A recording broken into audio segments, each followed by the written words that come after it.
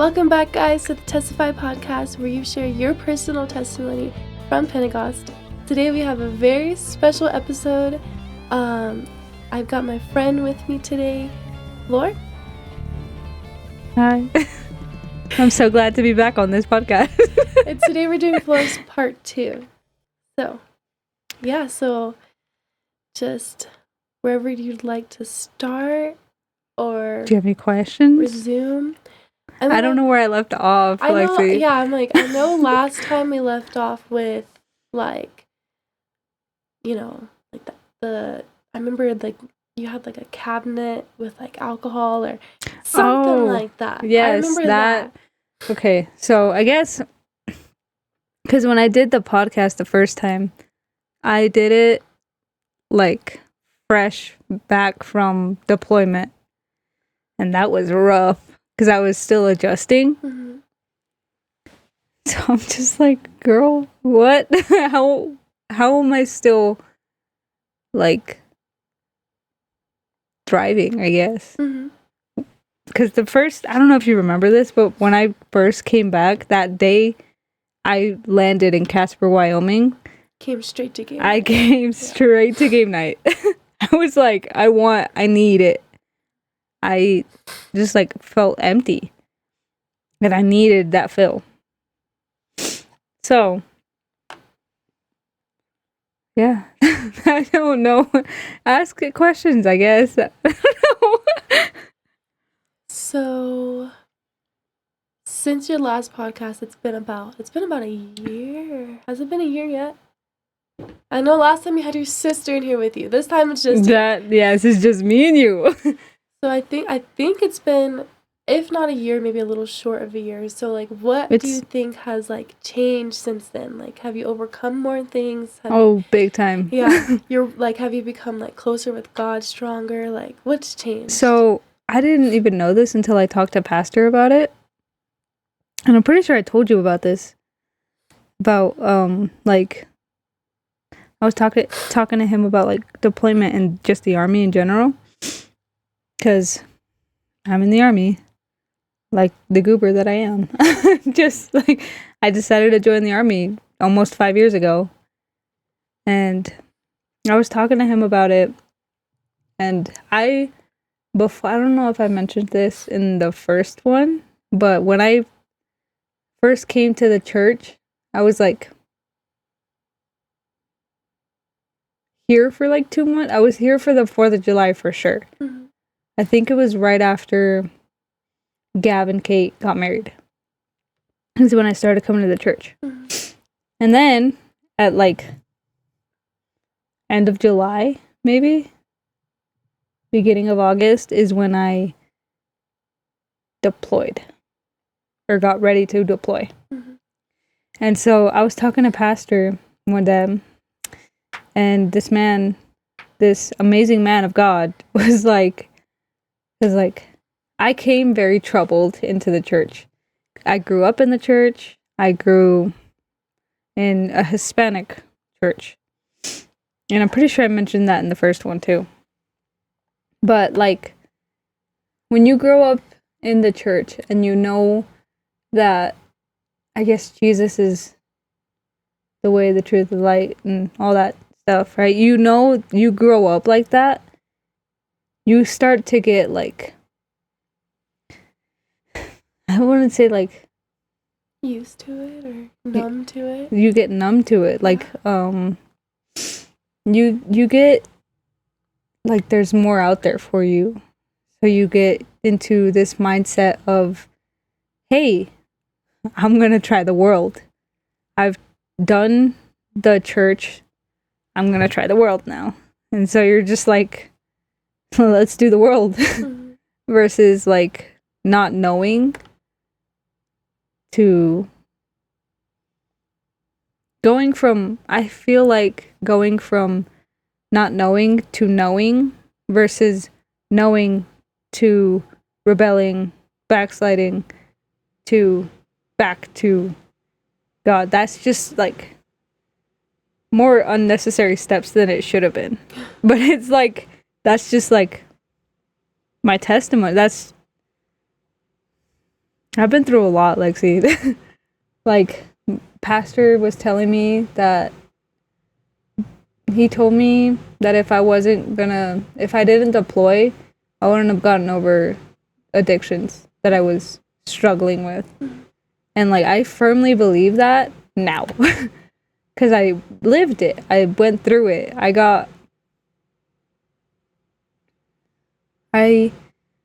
Whenever I have like anything army related, I feel a sense of loneliness. And like that tug back to the world where it's just like you're fighting the devil because you're surrounded by like drinking, you're surrounded by like people doing drugs, and then you're surrounded by like people that are going out to the bars, that are doing all sorts of crazy stuff. And you feel lonely.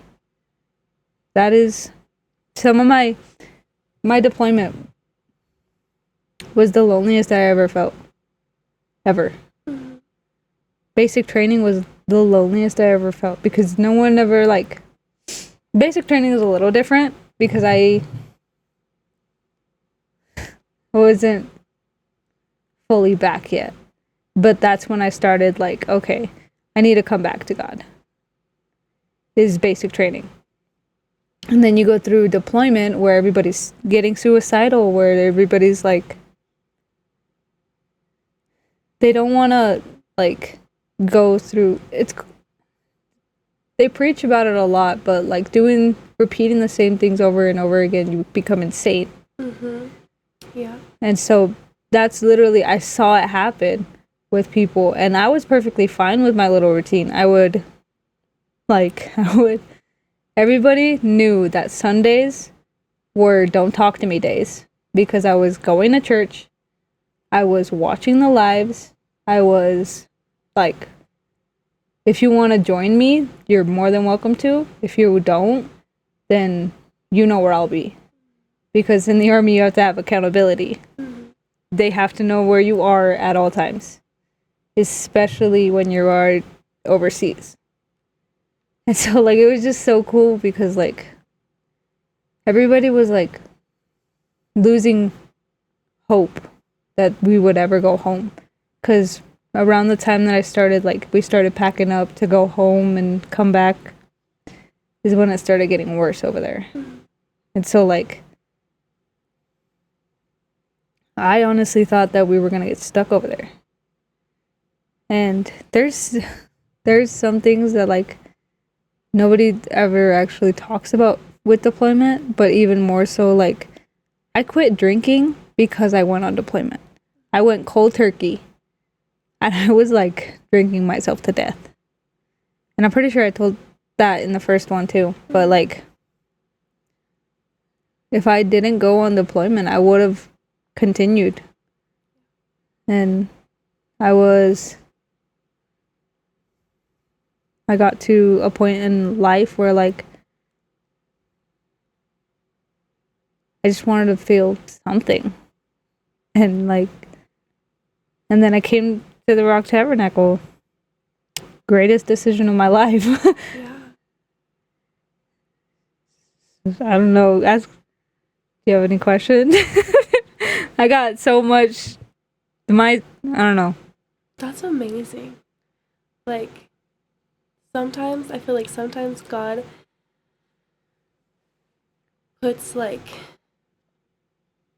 things in our lives that like don't seem like, because I'm sure when Pastor told you like the deployment thing, at first you're probably like, I don't know, but Yeah. like, God puts things and like in the moment it doesn't seem like you don't want to do it. It doesn't seem right. You're just like, You're scared how it's is he not gonna letting work this out. happen? But it always works out in the end. Like, I actually talked to Pastor a couple of weeks ago about like, no, my last drill. Did I tell you about this?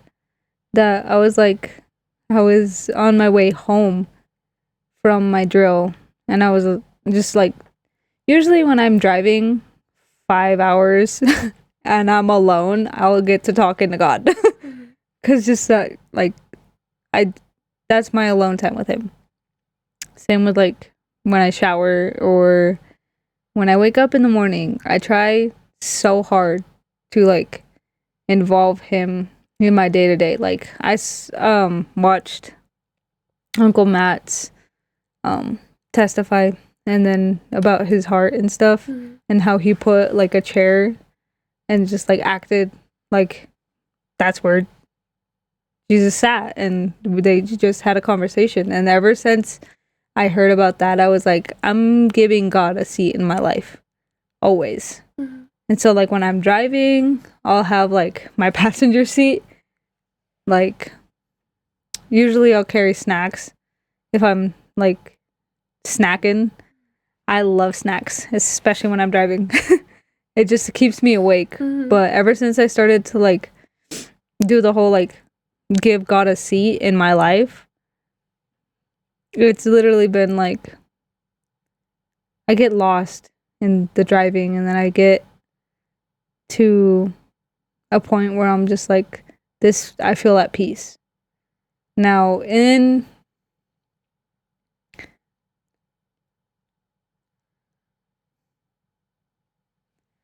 because you get, like, some people are, like, weird about religion, I guess you could say, because a lot of people are like that in the military. And I got curious one time, and I was like, why? One of my best friends, I hung out with him a lot overseas, and, like, he was just going through a lot of stuff to where, like, he was just, like, not in a good headspace. And so you get to the point where you're like, you start, like, the insanity, you start to feel insane. You get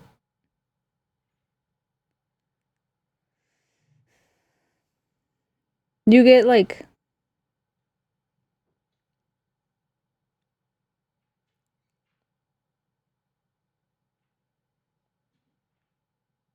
you kind of feel, like, hopeless. And his religion is Norse pagan. Now, at first I was like, what is that? I've never heard of that. And then he started talking to me about it and stuff like that, and I was like, oh, okay. Still don't know what it is, but, like, I told him about mine, and that, like, I actually got him to come to church with me a couple of times overseas, and he was just like, he definitely felt at peace afterwards. And so, like, it was just, I have always, like, wanted to be, like, so, like, basically identified. Have you ever heard of, like, the crazy Jesus lady? That's that's, like, I want to be identified as just so in love with Jesus. People think you look crazy. Yeah. Like, I'm crazy for God. Yeah, and so then that way people get curious, and they're like, hey, something's up with her. We want to know why. Or what's up with her, you know? That's what I want. That's what I strive for. And, like, that kind of happened overseas. And a few times, actually, that I got a couple of my friends to go to a service with me. Now, it wasn't, like, no... It was the Army's church, basically. So it was, like, what is it called? Devotional? Non-denominational. There you go. That. And so, because it had to incorporate all of the Christianity religions. So I was a little iffy about that, because Pastor always was like, oh, the way that we are, our, like, Our way is the right way. Yeah. And so any other way felt wrong. But that's the only thing I had. And to keep my sanity and to keep myself from not losing my mind, kind of, I had to force myself to go. And now music for me is such a way out. Because I love the guitar. I love playing the guitar. I love playing the drums. I play the piano. Not well, but I play the piano. People say I could sing. I don't think I could sing. But that's just a way that I found that I could, like, overseas, you don't got a whole lot of things to do on a tiny little base. You basically could walk everywhere if you need to. I wouldn't recommend it because it's hot. It's like 100 and something degrees over there. Mm-hmm. And like, you get bored easily of the things that they provide. They had an outdoor pool. They had like a gymnasium. They had volleyball. They had all sorts of things. But like, when people get in their mindsets of, I'm done with this. Yeah. People don't want to go out and do stuff like that. People like rush through it the first 2 months that you're there, but you're almost there for a year. So like, that's when people start like getting suicidal, start losing their sanity. There's just like so much happening, and music for me saved me. Mm-hmm. Reading my Bible saved me. So you've been back you've been back for, I think, close to a year now. Yeah. And like, you leave every now and then to do drill, but for the most part, you're, full-time back in church, full-time back at game night, full-time 100%. Back. Yeah.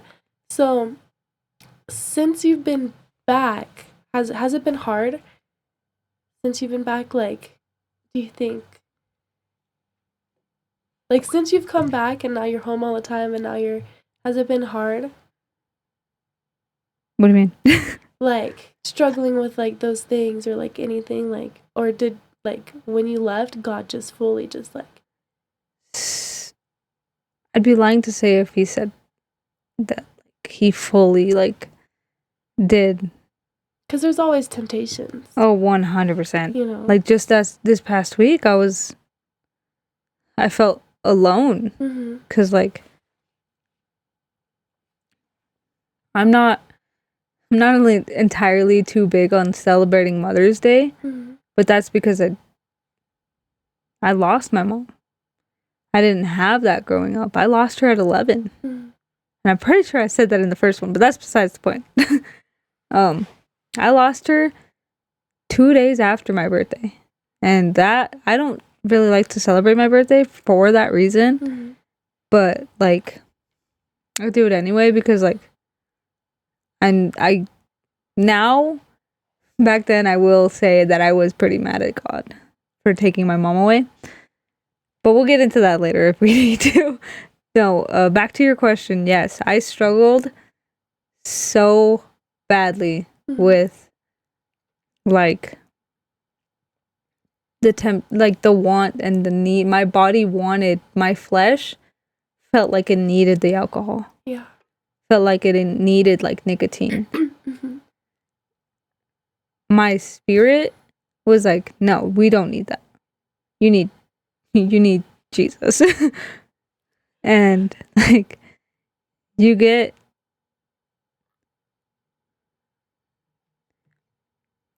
kind of like, I don't even know how to explain it. Like, it's such a weird sensation to like feel the need to want something, but no, you don't need it. Is the best way I could explain it to you. Like, I wanted alcohol. I didn't need it. Mm-hmm. I wasn't having like, when people like alcoholics stop drinking, they go through withdrawals and stuff. Any addict will go through withdrawals. And alcohol is pretty bad with withdrawals. But with God, though, I didn't get any of that. Yeah, amen. And like, I had to quit cold turkey for deployment because we were, I can't remember how they said it or what they called it, but they were like, you cannot have a lot of lick of alcohol.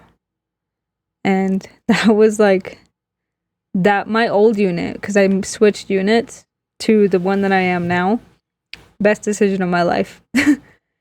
Because my old unit, full of alcoholics. And I knew instantly, like, I knew halfway through my deployment, I was like, I'm not staying with this unit. If I'm staying in the Army, I'm not staying with this unit because I'm going to fall into temptation again. And so while I was overseas, I like looked into switching units. And so I got this unit that like, there's not much I have to worry about with this unit, to the point where like,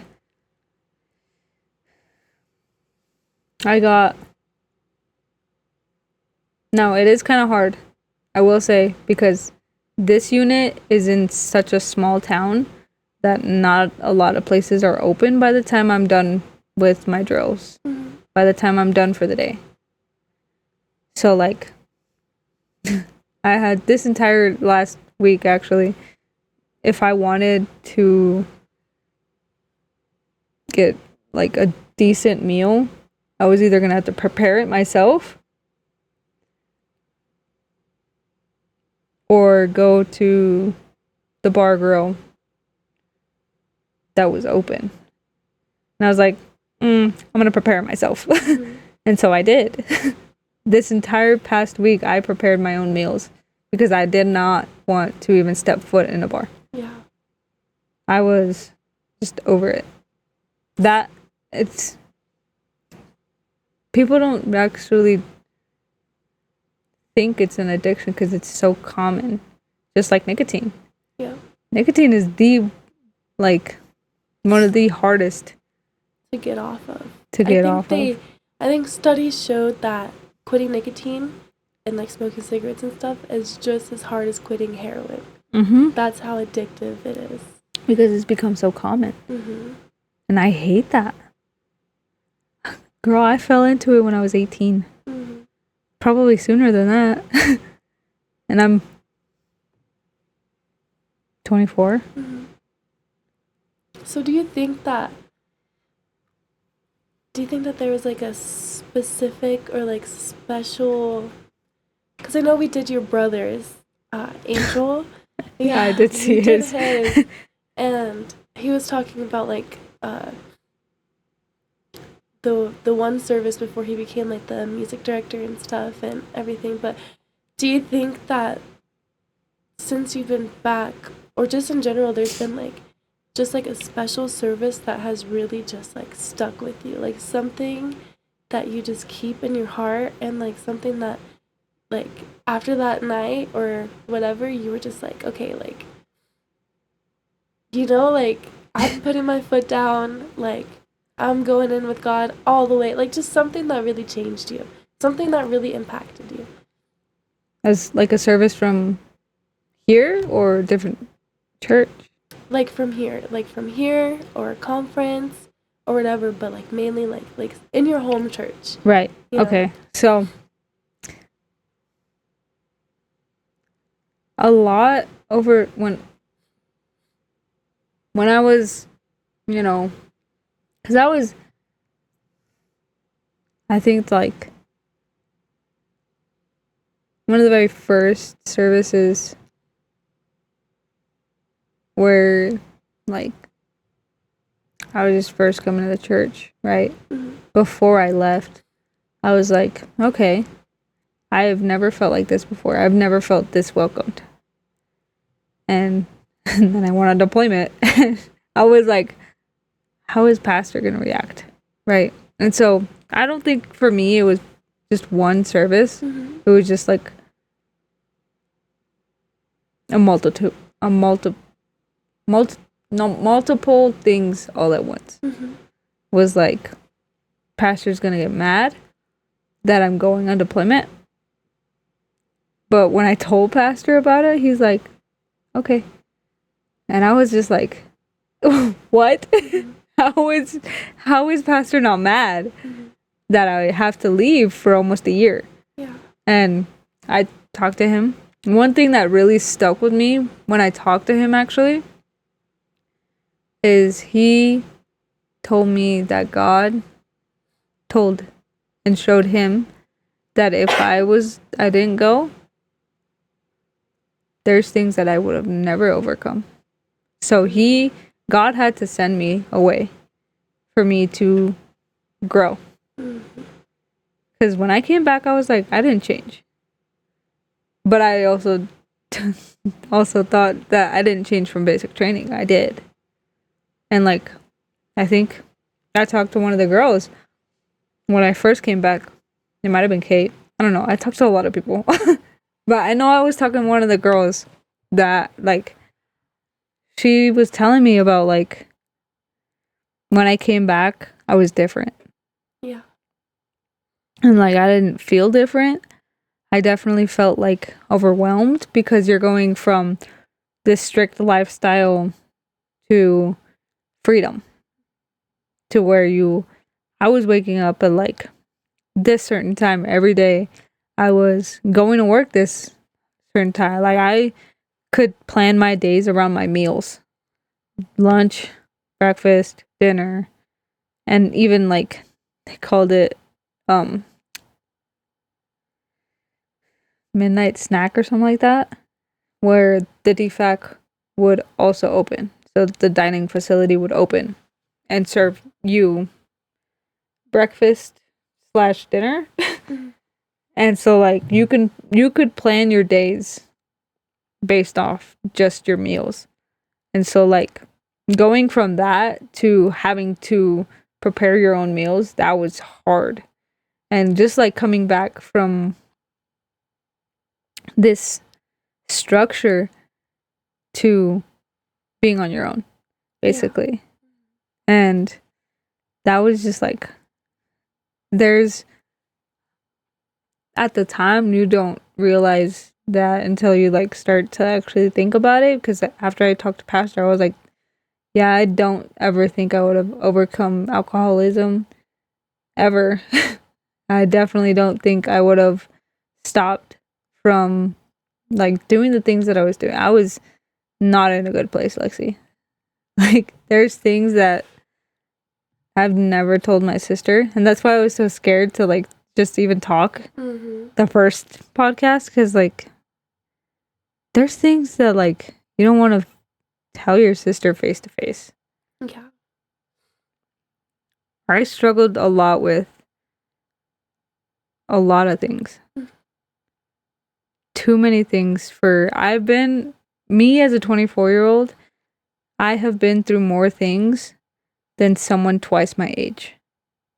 And that is, like, military. That is just, like, how I grew up. And just, like, all sorts of crazy things like that. Like, my siblings and I grew up in the same household, but separate, kind of. Like,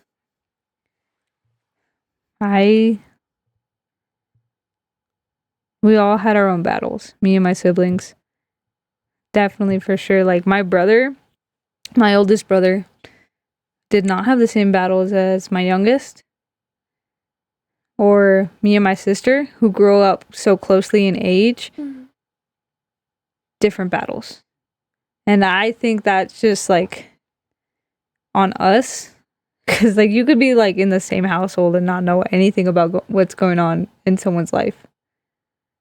Like, I don't even know if my sister knew that I attempted suicide a couple of times. I'm pretty sure she never knew. Like, there's so many things that, like, she doesn't know about, and I'm super close to my sister, but there's things like the suicide. I was always, I'm not gonna tell her because she's gonna be mad. You know, like, and like me and my sister used to get into like altercations, big time. And so did me and my our little brother. I love him to death. He, when he did his podcast, I watched it and then I started like crying a little bit because like that's my baby. Noelle is also my baby, but that's my baby. And like, cause like I'm 7 years older than him. And so he's growing completely different from what his 3 older siblings did. Oh, yeah. That to me is like crazy. He was really young when my mom passed away, and he never got to experience the whole like thing that me and my siblings did with my mom. Because I have my birth mother and then I have my stepmom, which me and my stepmom have been through a lot. And like there was things that I never thought I could forgive her for. I love that woman to death now. Like I understand as you grow older, you're like, okay, I get it. Because you mature, you grow. Now I had to mature at a very young age, Lexi. And like it's just crazy. Like you've said that you never had that because you don't have siblings, right? Mm-hmm. So like it would be different for you versus I had one too many siblings. I'm just kidding. I love my siblings to death.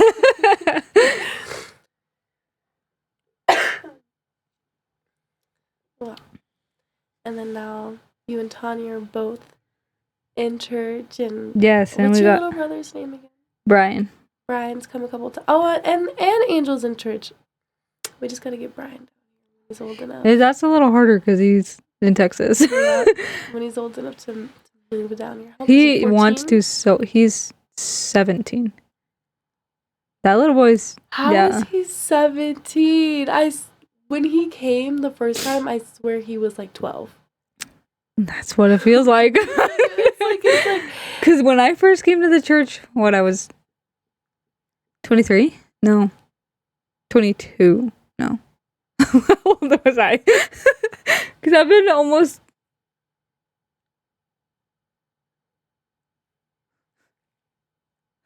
What year are we in?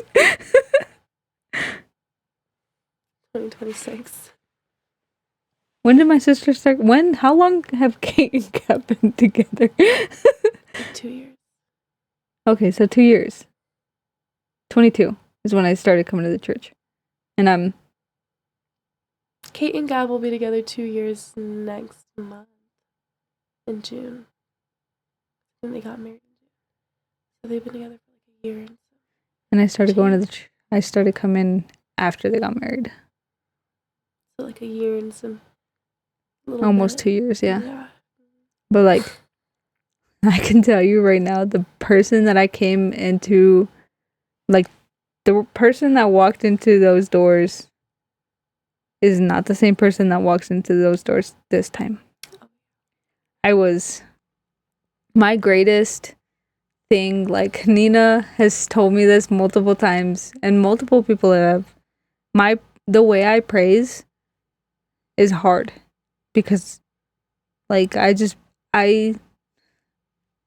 used to never dance. I used to never lift my hands. I used to never move. I was a statue. And that to me is just like, I never want to do that again. Yeah. It's freeing. People that like struggle with like their praise. Mm-hmm. It's difficult sometimes where you're just like, one of those days, tired. Like that one time that I was like, okay, Lexi, let's go. Let's dance. Let's do it. And that to like it definitely could change and open someone's heart. Mm-hmm. That I truly feel like praising is the most like kind of like renewing. Mm-hmm. You're renewing your body, and like me, I will praise anywhere. I don't care. I really don't. And I don't care how crazy I look. I don't care what people think of me. Now, Lexi, I'm not a singer whatsoever, but a couple of Tuesdays ago, I was put to sing. Mm-hmm. And usually I understand 100% why people don't move when you're singing, because that's hard. It is difficult to sing and control your breath,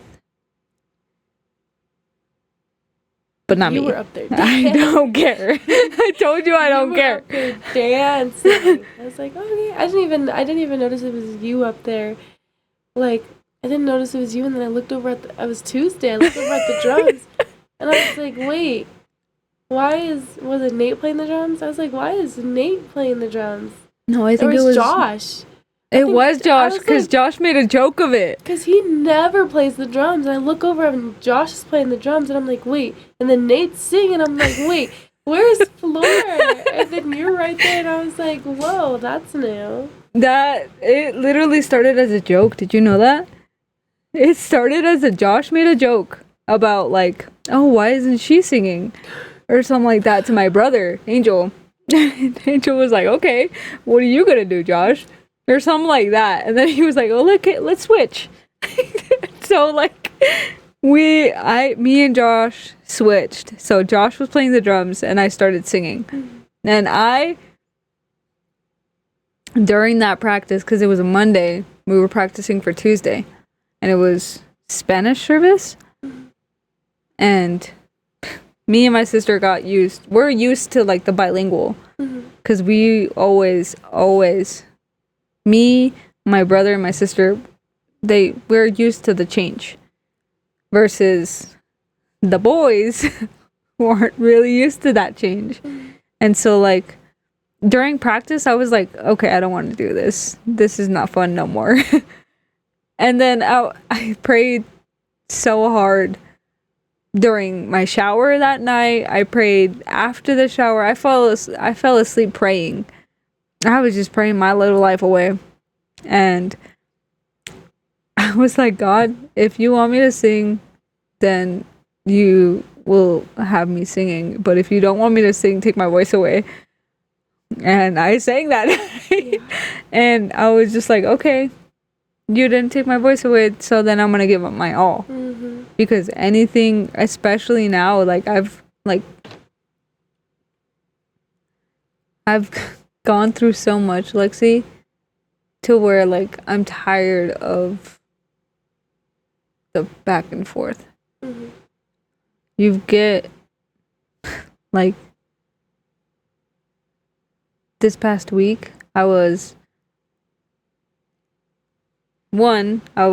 had to stay because my drill was Saturday, Sunday, and then my annual training days, the days I had to read. How would you even say this? How I had to redo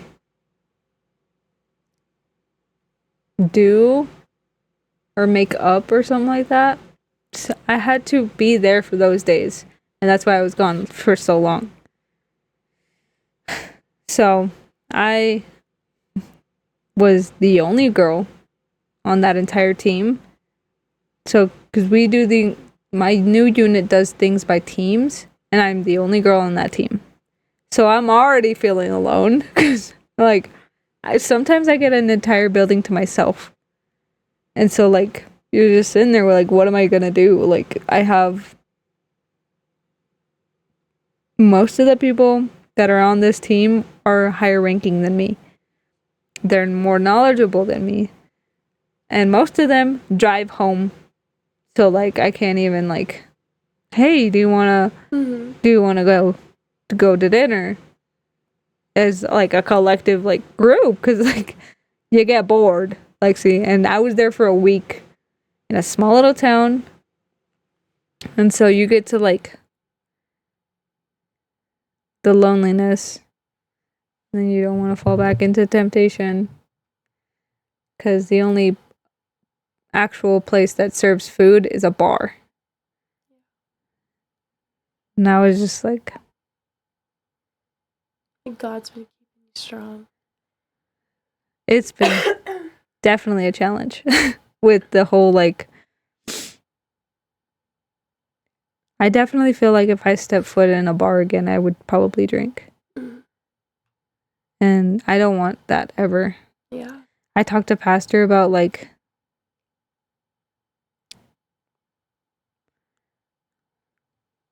last drill. But back to what I was saying. Last drill. Right. I got to thinking, I was like, okay, does God want me to stay in the army? Or does God want me to get out? And so I kept like repeating that on my way back from drill. And like I got back pretty late. You guys had finished service and you guys were like eating and stuff like that. So I was like, okay, I'm gonna go eat. And I talked to Pastor and he's like, he asked me or told me, I can't remember which one. When he walked out and saw me, he's like, his first thought was, when is she getting out? Because I was in full uniform. And like that was like one of the very like, that was one of the things that I actually wanted to talk to Pastor about that day. I was like, okay, if Pastor tells me I'm staying in, then I'm staying in. If he tells me I'm getting out, then I'm getting out. And the fact that like that was his instant thought, I was like, okay, loud and clear. Yeah. God, loud and clear. I will never, I'm getting out. Yeah. And there's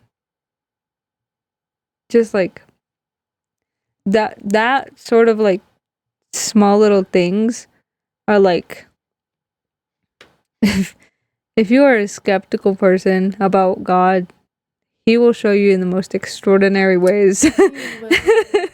He really will. Like, it's crazy.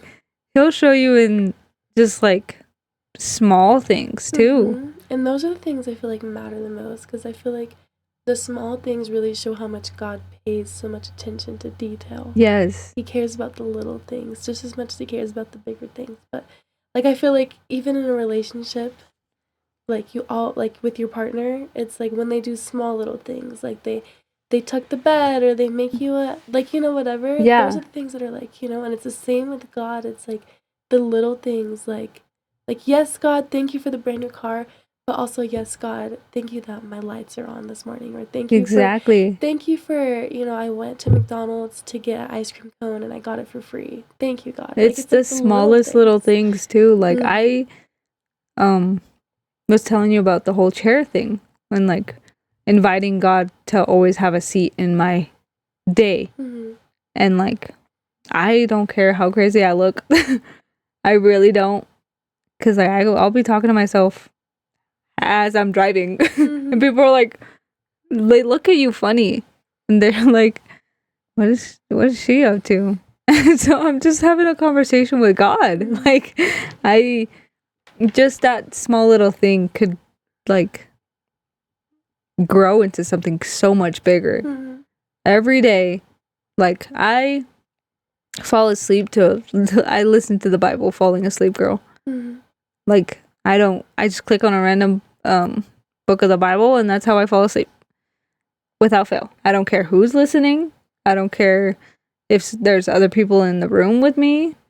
Like, doesn't matter to me. I will be listening to the Bible when I'm going to sleep. And when I'm going through my day, at work especially, that's literally the hardest thing too, because there's so much temptation at work. That you got television. Most of the houses actually, that's all they do, is just watch TV or have worldly music. And then so you're trying to drown that out. And I talked to Pastor again, because I talk to Pastor about everything. There's not a thing I don't talk to Pastor about. And I just like, he told me that it was okay to, you can't avoid it, especially if it's your job. You cannot avoid that. So I listen to, like, I'll have headphones in, because you get like, I work better with headphones, I guess. So like I need like either music or preaching or something in the background as background noise. That's what the Bible is when I sleep. Is background noise to me. And I have the Holy Ghost radio, and that has literally been the greatest lifesaver of my life. Check out what is it, guys? Check out, what is it, HGR radio? Or HGR radio, yes. Check it out if you don't already have it. Shout out to them, Brother Hofford. Yeah, Hofford. They're amazing. It's amazing, and it's just like you can listen to it at work. You can listen to it like wherever. Check it out, guys. It's so good. And like, you know, it's so crazy because you could like, you could click on it, and it could be something that you need to hear. And that's how it's been every single time I've clicked on it. It's anointed. It's scary. Yeah, sometimes I'm like, oh my goodness. And it's just like, you get to like, I try so, because one of the my job, I work with people that are not fully able to live on their own and need help with medications and stuff like that. And I work with, like, just there to help them, right? And one of the houses, all she does is literally just sit on her couch watching TV. And she's like one of the more able ones. So she doesn't really need you for much. So sometimes you're just sitting there, absolutely doing nothing. And most of the other coworkers of mine, they like sit there and watch TV with her. I don't ever want to do that. Like, you catch yourself in small temptations like that, and then it could just. You ever go out to eat at like Applebee's or something, and every which direction you look, there's a TV up on the wall. There's a TV. Yeah.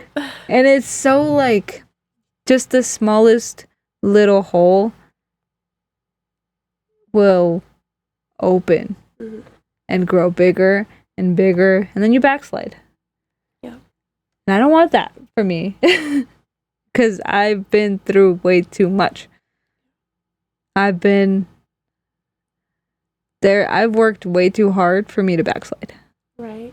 Pastor always says, right, like now is the worst time. Yes. Because, you know, God's coming. But so, anything else you want to add?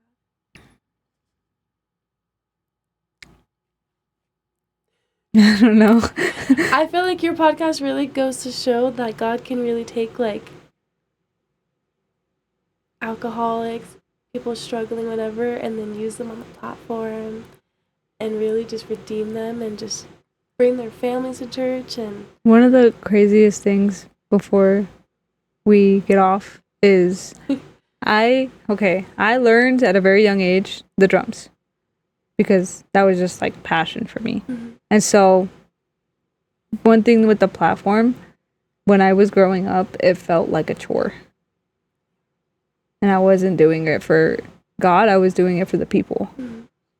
And when I like backslid and I wasn't talking to my family and I wasn't like, I was just mad at God, I was like, I'm never ever playing the drums again. Yeah. And so like when I came to this church, and I came I got the Holy Ghost, and because I've gotten the Holy Ghost before, but nothing like this. It felt different. And like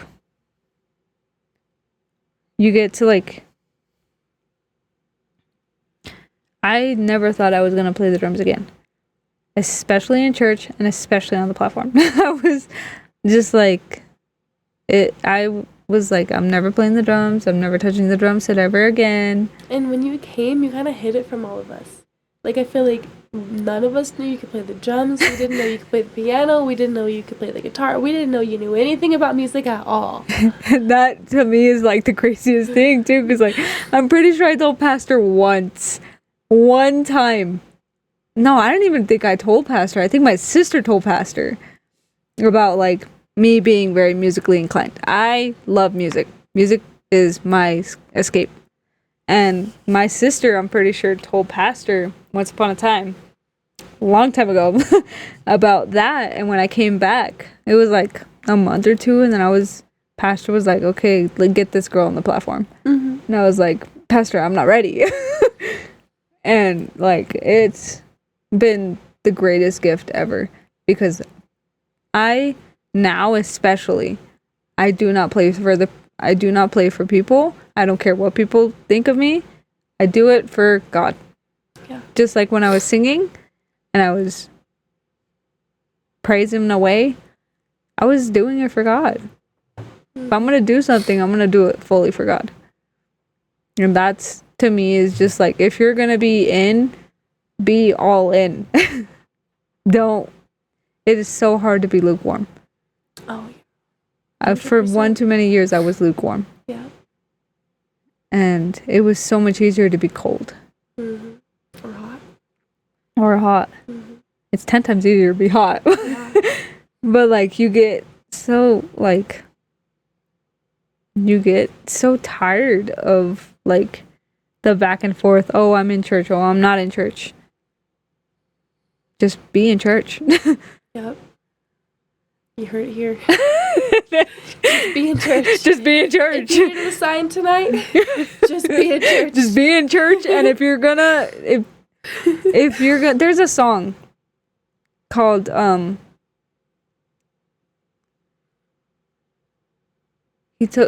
think they sang it tonight. He took the shackles off. Exactly. So and that to me, one of the craziest things is it felt like that. Mm-hmm. That song literally felt like, oh, when I first came in here, I was a statue. Mm-hmm. And now I praise like crazy. I'll jump, I'll scream, I don't care. And that's all because of... You know, I feel the same way about that. You know the one song that's like, if it wasn't for the Lord, where would I be? Yeah. Yes. My life was nothing until He set me free. Yeah, I love that song. Yes. And there's I think it goes, let the redeemed. Is that the same song? We sang that today. Yeah. We sang that today. We sang another one today that was like that. It was like, I'm so mad. Last Sunday, because I usually, me and my brother brainstorm a lot about like the bilingual songs. And he played one of the songs that I was like, okay, wait until I get back. Mm. He played one. He played them. I was like, what do you mean? The songs last Sunday were all fire. They were so good. They did really good songs. Yeah, Sunday. I was so mad because I was like, hey, because when I play the guitar, I'll play like, just singing in my own little world. Mm-hmm. And then my brother starts hearing me, and I was like, I think one of the songs was A Reason to Dance. Mm-hmm. And I was like, because I was playing it on the guitar at home, right? And I was like, I wonder what this song is gonna be in Spanish. Mm-hmm. And so I started researching. And so me and my brother both started researching, and then we found it almost word for word, translated perfectly. And I was like, okay, perfect. Wait until I'm done. I come back. And he did not wait. Like, see. We did it. Well, I mean, I think that's it for tonight. Do you have anything? I guess I could be back on the podcast eventually. Yeah. So, I think that's it. Thank you, Flor, for sharing. Of course. I never thought I'd be back on the podcast, but here we are. Here we are. And it was a great episode. I loved it. I think it went really good. We're both so tired, but I think it went really good. Yes, but I'm exhausted. I literally... We're going to go to bed after this. I'm going to bed. I'm going to cuddle my dog, Connie, which I was telling my sister that she's the church's dog too. Oh, yeah. We love her. Everyone loves Connie. All right. Well, I think I'm going to wrap it up. Girl, I'm tired. Okay, well, guys, thank you for everyone who is watching.